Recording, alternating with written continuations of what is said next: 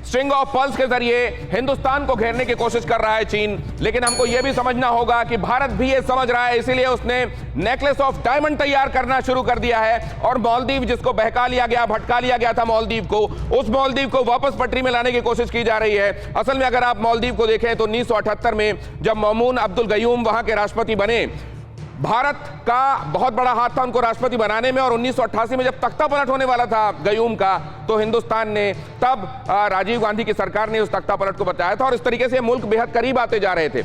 उसके बाद नाशीद आए, नाशीद के समय भी बहुत करीब थे, लेकिन उसके बाद में यह होता गया कि हिंदुस्तान से दूरी बनाओ और चाइना के करीब आओ।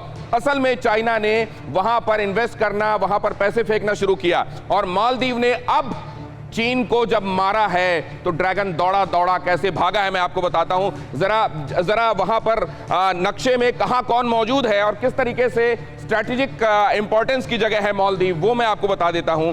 ये एक ये जो आपको मुल्क दिखाई दे रहा है मालदीव, यहां पर नीचे की तरफ आपको और जाना पड़ेगा, थोड़ा और नीचे की तरफ। ये करीब करीब 1200 के आसपास के यहां पर आपको द्वीप मिलेंगे। हालांकि इनमें से अधिकांश द्वीप निर्जन हैं, लेकिन करीब करीब 180 द्वीप ऐसे हैं जिनमें बसाहट है। और इन द्वीप समूहों को मिलाकर यह देश बनता है जिसे हम मालदीव कहते हैं।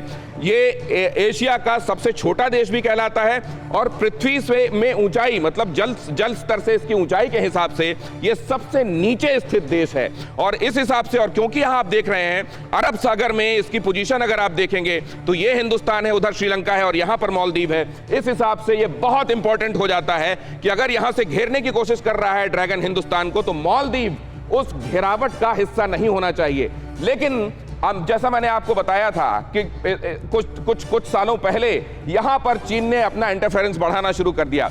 ड्रैगन आपको यहां पर दिखाई दे रहा है, यह हिंदुस्तान है। और कैसे उसने साउथ चाइना सी, इधर हिंद महासागर और इधर अरब सागर में अपनी दखल बढ़ानी शुरू की। पाकिस्तान ग्वादर पोर्ट, वो तो मैं आपको बता ही चुका हूं। लेकिन मालदीव का कब्जे में आता जाना, जहां भारत ने सांस्कृतिक रूप से, पॉलिटिकली बहुत इन्वेस्ट किया था, पैसों के हिसाब से बहुत इन्वेस्ट किया था, उस मुल्क का चीन की गोद में चला जाना यह हिंदुस्तान को अखर रहा था। न्यूज़ टॉप 9 रोज सुबह 7 बजे और शाम 7 बजे सिर्फ TV9 भारतवर्ष पर।